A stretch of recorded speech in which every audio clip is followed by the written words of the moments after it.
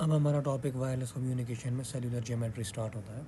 तो हम लोगों ने देखा है कि जो हमारी सेलुलर शेप होती है वो हमेशा एक हेक्सागन होती है, ठीक है। तो अब ये जो हेक्सागन होता है, अगर ये इसका सेंटर है, रुक मैं एक प्रॉपर हेक्सागन बनाता हूँ, देखो अच्छे से। एक ये इसका सेंटर है, ठीक है।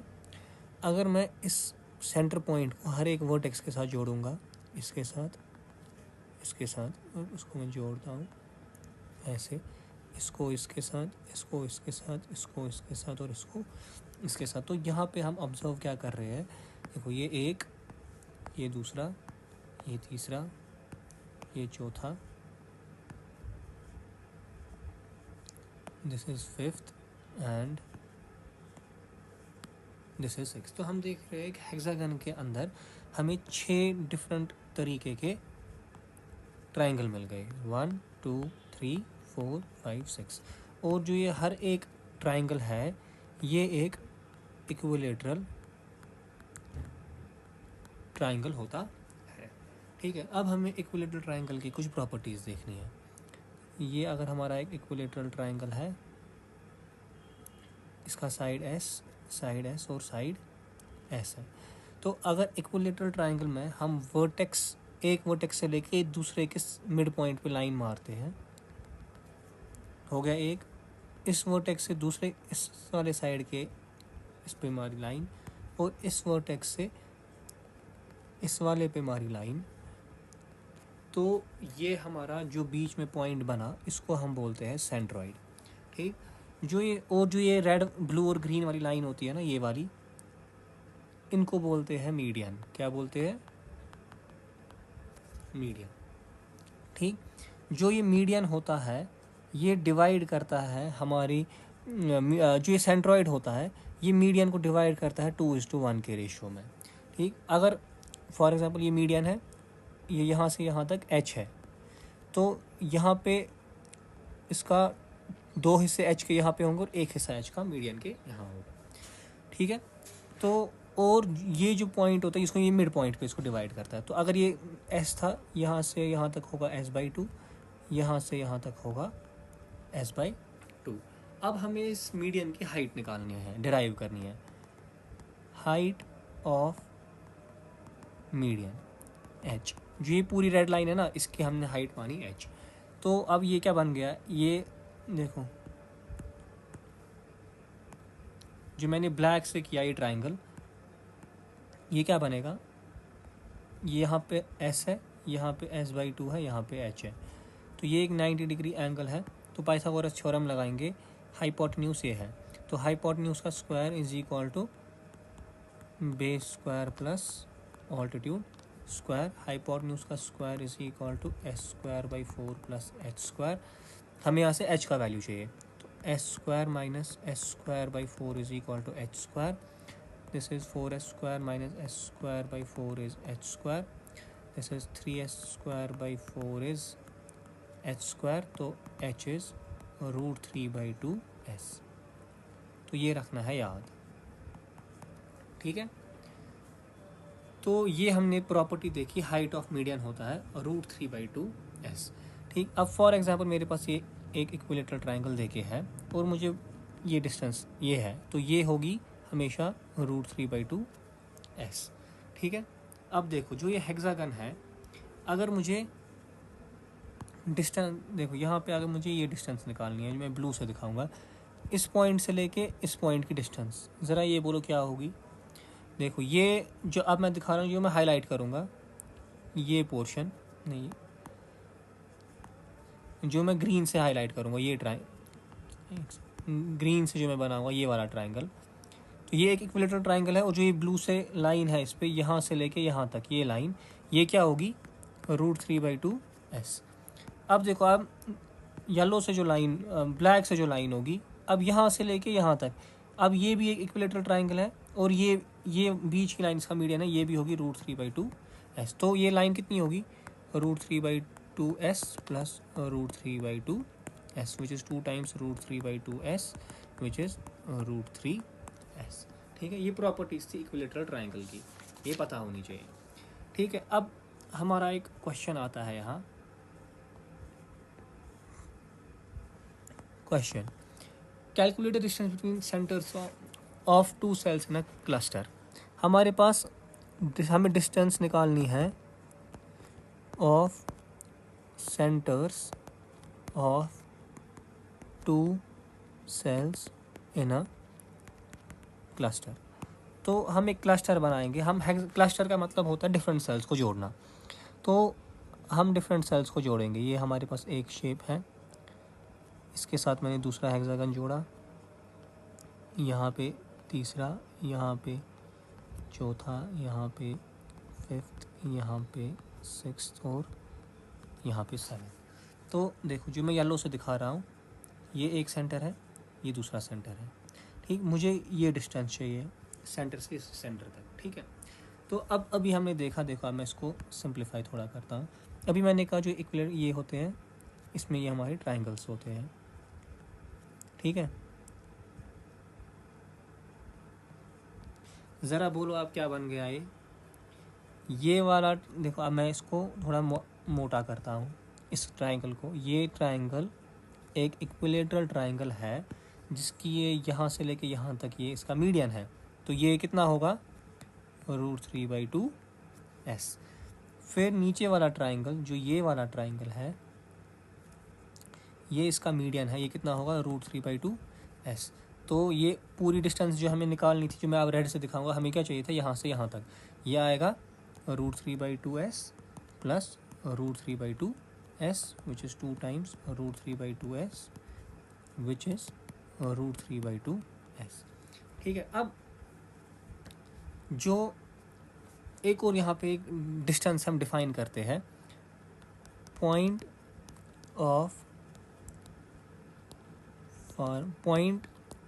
Which is farthest from the centre. ठीक, फॉर एग्जांपल ये ट्राइंगल है, ट्राइंगल का जो ये है बीच का, जो सेंटर से फारदेस्ट डिस्टेंस से जा सकता है वो है ये, उसको हम डिनोट करते हैं आर से। फॉर एग्जांपल ये स्क्वायर है, अगर मैं स्क्वायर का मिड पॉइंट लूँगा और मैं ये डिस्टेंस लूँगा और फिर मैं ये डिस्टेंस लूँगा, कौन सी डिस्टेंस बड़ी है, सीधे देखने में ही लग रहा है डायगोनल बड़ा है, तो स्क्वायर का जो आर होगा वो डायगोनल होगा।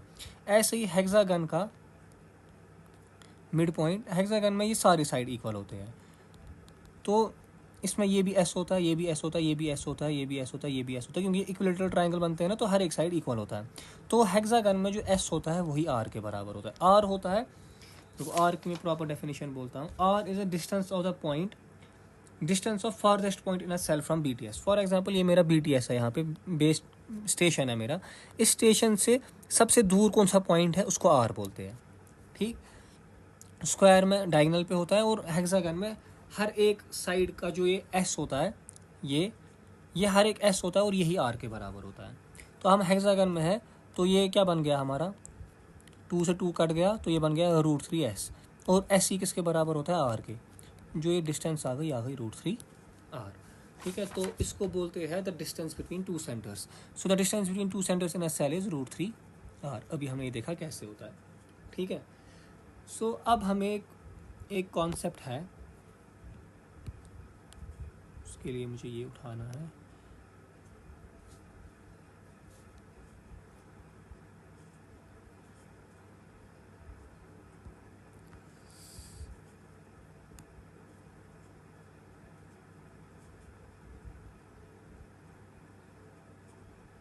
देखो अब मुझे चाहिए, अब हमारे पास कॉन्सेप्ट आता है फ्रीक्वेंसी रीयूज़ का।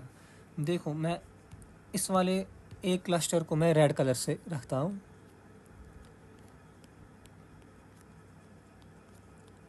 हमारे पास यूजुअली एक 7 सेल का क्लस्टर होता है। ठीक है, देखो 1 2 3 4 5 6 7, और जो दूसरा ब्लैक से है 1 2 3 4 5 6 7।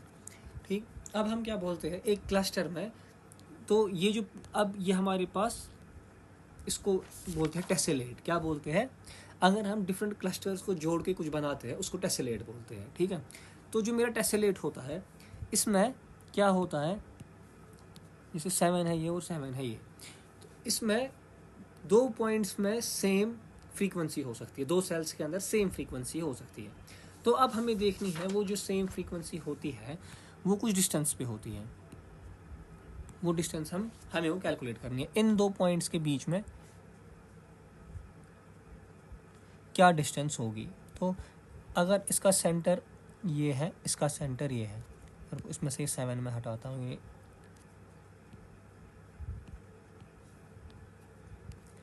ठीक है। देखो अब इसका सेंटर है ये, इसका सेंटर है ये, तो हमें इन दोनों के सेंटर के बीच की डिस्टेंस निकालनी है। तो हम क्या करेंगे, हम इसको दूसरा कलर कोई रखते हैं, इसको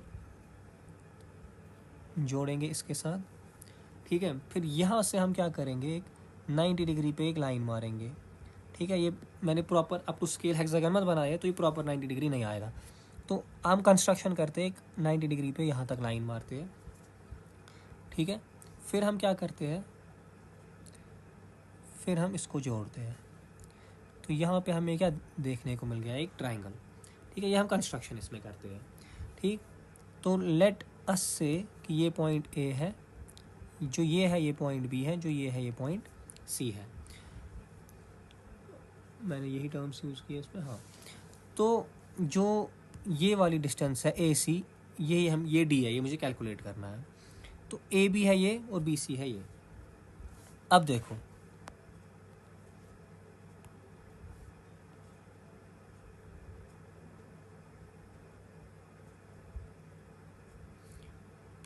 देखो अब हम फिर से हर एक का एक ट्रायंगल बनाएंगे, ठीक है।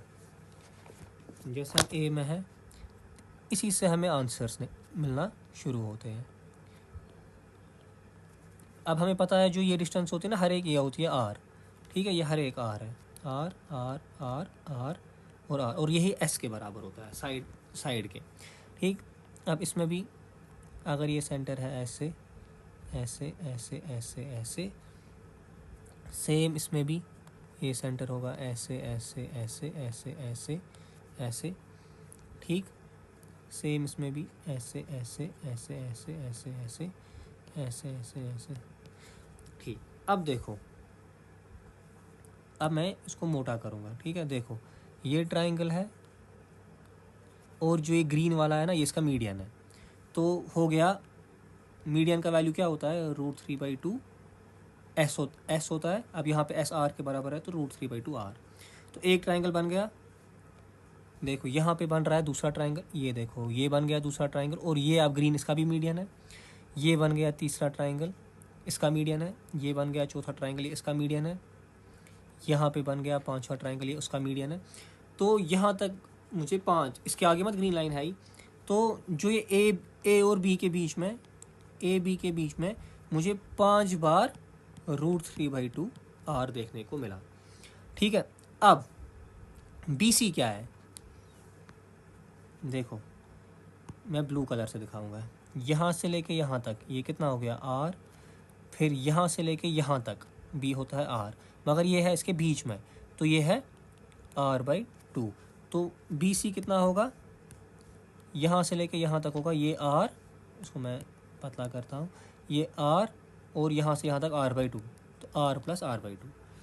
तो ए बी आ गया, अब बी सी आ गया r + r/2, ठीक है। तो जो हमने ट्राइंगल बनाया था ग्रीन से, ये ऐसे, फिर यहाँ पे हमने एक 90 डिग्री लिया था और इसको जोड़ा था। तो ये हमारा था ए, ये हमारा था बी, ये था सी। तो ए बी कितना आया 5 √3/2 आर, आर + r/2 होता है 2r, 3r/2। बी सी आया 3r/2। अब हमें ए सी चाहिए, तो ए सी किसके बराबर होगा, ए सी ही हमारा डी के बराबर है। तो हम फिर से इसमें पाइथागोरस थ्योरम लगाएंगे, तो वो होगा बराबर √² + दिस स्क्वायर, 5r √3/2 का स्क्वायर प्लस 3r/2 का स्क्वायर, जिसको हम सिंप्लीफाई जब करेंगे वो आएगा 4.58r² के बराबर। तो इसको हम बोलते हैं, अगर हमें एक क्लस्टर है जिसके अंदर हमें फ्रीक्वेंसी रीयूज़ करनी है, तो हमें कितनी डिस्टेंस रखनी होगी दो क्लस्टर्स के, दो सेल्स के बीच में, जहाँ हम फ्रीक्वेंसी रीयूज़ कर पाए। अब ये यहाँ पे वैल्यू आ गया, ये वैल्यूज़ मैंने बस दिखाई कैलकुलेट कैसे करना है। तो अगर एग्जाम में कुछ और क्वेश्चन होगा वहाँ पे कुछ और भी हो सकता है। ठीक है, अब तीसरी चीज़ जो हमें इसमें देखनी है, तो यहाँ पे मैं क्या करता हूँ, मैं ये चीज़ें मिटाता हूँ। देखो आप, ये अप टू साइज़ नहीं आएगा क्योंकि ये मैंने रफली बनाया है। मैं कुछ क्लस्टर्स को जोड़ना चाहता हूँ।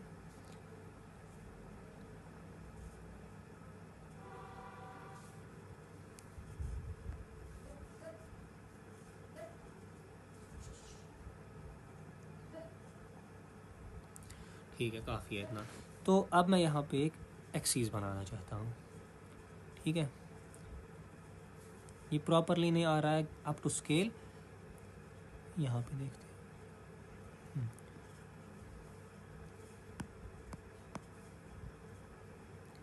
ये और ये हमारी वाई एक्सीस है, ये हमारी एक्स एक्सीस है। सो देखो, जो मैं वाई एक्सीस पे देखता हूँ, ये एक्चुअली ये पास हो रही है सेंटर से, सेंटर से यहाँ पे भी सेंटर से ही पास होगी। अब ये परफेक्ट ज्योमेट्री नहीं है, थोड़े टेढ़े मेढ़े बन गए इसीलिए। मगर वाई एक्सीस पे क्या हो रहा है, हम देख रहे हैं कि हमें सारे एक्सीस के जो हर एक क्लस्टर है ना, वो सेंटर ऑफ द एक्सीस पे है। अब एक्स एक्सीस में देखो, यहाँ पे इस लाइन पे है, यहाँ पे सेंटर में है, यहाँ पे ऊपर वाली लाइन पे है, यहाँ सेंटर पे है। तो एक्स एक्सीस में क्या है, सिमेट्री नहीं है। तो यहाँ पे मैं डिफाइन कर सकता हूँ, ये क्लस्टर 1 है, ये क्लस्टर 2 है, ये क्लस्टर 3 है, ये 4 है, ये 5 है। एक्स एक्सीस पे मैं कर ही नहीं पा रहा हूँ। इसका आधा पोर्शन तो ऊपर है, फिर आगे इसका नीचे है, फिर आगे पूरा ही नीचे है, फिर यहाँ ऊपर है, फिर यहाँ ऐसे है। तो एक्स एक्सीस में सिमेट्री नहीं है। तो मैं इसीलिए ये हमारा होता है एक्स वाई कोऑर्डिनेट। तो एक्स वाई कोऑर्डिनेट में मेरे को एक्स एक्सीस में सिमेट्री नहीं है, मैं वहाँ पे क्लस्टर्स को डिफाइन नहीं कर पा रहा हूँ। ठीक है, तो इसको ओवरकम करने के लिए हम यहाँ से 30 डिग्री ऊपर उठेंगे,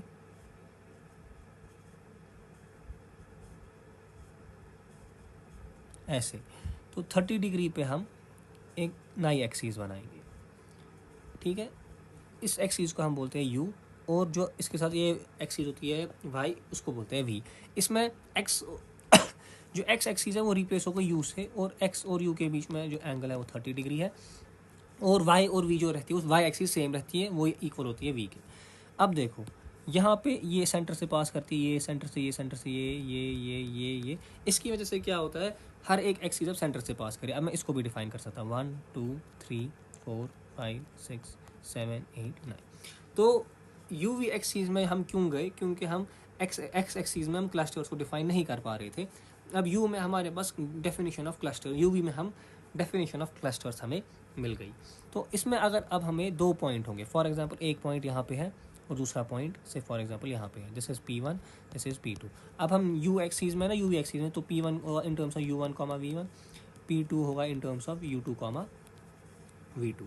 ठीक है, तो अब हमें इन 2 पॉइंट्स की डिस्टेंस चाहिए होती है। वो डिस्टेंस जो होती है वो होती है, उसकी फॉर्मूला होती है under root of U2 minus U1 का square plus V2 minus V1 का square plus U2 minus U1 into V2 minus V1, ये इसकी फॉर्मूला होती है। ठीक, और इसको हम सिंप्लीफाई अगर करते हैं, जो D होता है वो आता है under root I square plus J square plus I J, जहाँ पे जो I का वैल्यू होता है U2 माइनस U1 होता है, J जो होता है वो V2 माइनस V1 होता है, ये याद रखना है।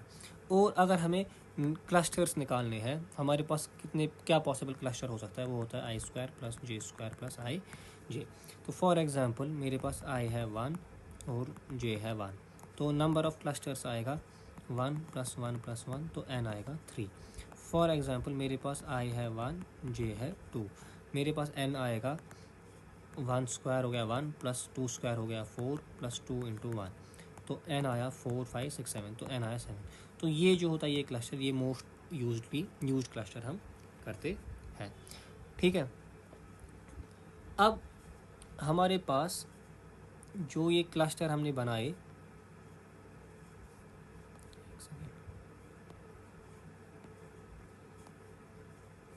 नई से बनाना पड़ेगा। तो अब हमें क्या करना होता है, हाउ टू आइडेंटिफाई को चैनल सेल्स। मतलब एक क्लस्टर के अंदर जो मेरे पास जैसे n=7 है, तो उस एक क्लस्टर में मैंने जब अब क्या बोलते हैं इसको, टेसेलेट्स बनाए। जब मेरा एक टेसेलेट बन गया, उस टेसेलेट के अंदर कौन कौन सी सेल की सेम फ्रीक्वेंसी होगी वो मैं कैसे ढूंढूंगा। ठीक है, तो वो ढूंढने का तरीका है, सबसे पहले हम लोग एक टेसेलेट बनाते हैं। ठीक है, ये थोड़ा मुश्किल है वायरलेस, तो इसमें मैं कुछ नहीं कर सकता हूँ।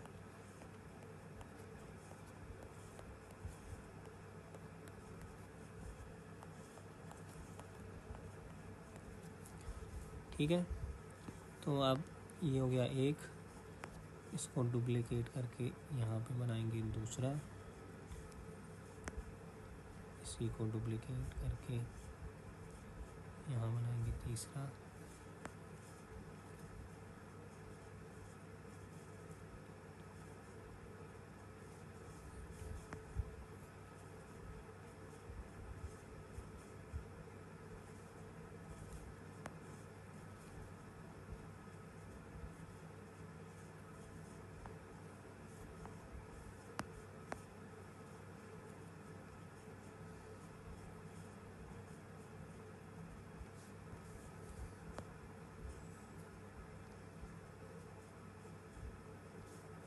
ठीक है, देखो आप फॉर एग्ज़ाम्पल ये इसका एक का सेंटर है। ठीक है, अब यहाँ पे फॉर एग्ज़ाम्पल मैं हूँ। ठीक है, ये हूँ मैं। अब मुझे देखना है कि यहाँ पे मैं कुछ फ्रीक्वेंसी एफ यूज़ कर रहा हूँ। ठीक है, यहाँ पे मैं रखता हूँ फ्रीक्वेंसी, चलो यहाँ पे मैंने एक फ्रीक्वेंसी एफ यूज़ की है। अब मुझे देखना है ये फ्रीक्वेंसी किस किस के लिए सेम आएगी। सो अभी हमने देखा n=, हम लोग क्लस्टर लेते हैं n=7 का। ठीक है, n=7 का क्लस्टर है, और ये n=7 कब आया, जब i 1 है और j 2 है। i जब 1 है और j जब 2 है, या अगर i 2 होता या j 1 होता, दोनों में ही सेम आता। ठीक है, तो अब मुझे निकालनी है, जो मैंने यहाँ पे एनालिसिस की है उसमें मैंने i को लिया है 2 और j को लिया है 1। ठीक है, देखो प्रोसीजर क्या है। जो मेरी सेल है उस, देखो अब इसमें ये है एक साइड, मैं अलग अलग कलर रखूँगा, ये है दो साइड, इससे अच्छे से समझ आएगा। येलो वाला है तीसरा साइड, ब्लू वाला है चौथा साइड, पिंक वाला है फिफ्थ साइड, एंड नियॉन है ये सिक्स साइड। तो अब क्या करना है, मैं यहाँ सेंटर पे हूँ, मुझे हर एक, यहाँ पे मैं लिखता हूँ i=2 j=1। तो मैंने सेंटर लिया, मुझे सेंटर से चलना है i सेल्स आगे। i सेल्स कितना है, i कितना है 2, तो इस सेंटर से इस रेड लाइन की तरफ मुझे 2 सेल बढ़ना है। 2 सेल में आगे बढ़ा, फिर 60 डिग्री एंटी क्लॉकवाइज। देखो क्लॉक क्योंकि अगर ये 12 है, ये 1 है, ये 2, क्लॉक हो गया इस डायरेक्शन में, एंटी क्लॉक क्या हो गया, इधर जाना है। ठीक है, एंटी क्लॉक मतलब इधर जाना है, तो 60 डिग्री जाना है इधर। ठीक, मैं मुड़ा, एक यहाँ ये है 60 डिग्री, मैं 60 डिग्री मुड़ा, फिर 60 डिग्री जैसे ही मुड़े तो फिर जे सेल्स, चलो जे है 1, तो मैं इस सेल पे 60 डिग्री मुड़ गया। अब इस सेल से एक सेल आगे जाऊँ, मैं पहुँचा इस सेल पे, तो जो ये वाली सेल होगी इस वाली सेल की भी सेम फ्रीक्वेंसी होगी। ठीक है, अब यही प्रोसेस हर एक साइड से रिपीट करना है। अब ग्रीन साइड से रिपीट करेंगे। देखो ये हूँ मैं सेंटर पे, ये मैं सेंटर पे हूँ, मुझे सेंटर से 2 सेल आगे जाना है, यू सेल में आगे गया, फिर मुझे 60 डिग्री घूमना है, घूमा मैं 60 डिग्री, फिर मुझे एक सेल आगे चलना है। ये इस सेल में हूँ मैं एक सेल में गया, तो जो ये सेल है इसकी भी फ्रीक्वेंसी सेम होगी। अब हम येलो साइड से जाएंगे, येलो साइड, सॉरी एक सेकेंड,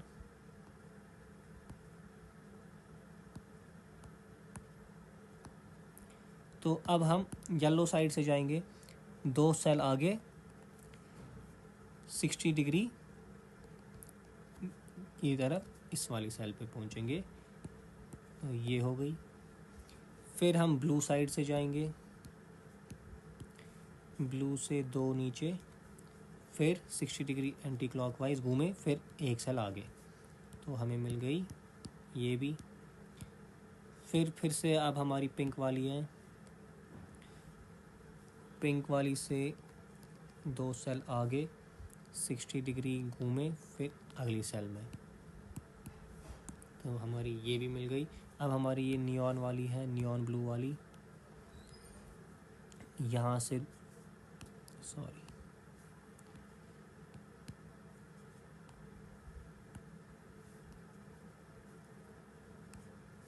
तो यहाँ से 2 सेल आगे 60 डिग्री घूमे यहाँ, और जो अगली सेल आई उसमें। तो हमारी ये, तो हम देख रहे हैं जो इन सेल्स जो हमारे, अब इनको मैं नंबरिंग देता हूँ, रुको। तो ये मेरी 1 2 3 4 5 6 और ये मेरा इनिशियल था, ठीक है। तो यहाँ पे मैं था जहाँ जिसकी फ्रीक्वेंसी थी। तो मैं देख रहा हूँ मेरा क्लस्टर जब n=7 का था, वहाँ पे मेरे को जो सेम फ्रीक्वेंसी मिली वो मिली 6 सेल्स। इसको बोलते हैं, जो ये वाली सेल्स बोलते हैं ना, इनको बोलते हैं वी हैव 6 को channel tyre 1 frequencies for n=7।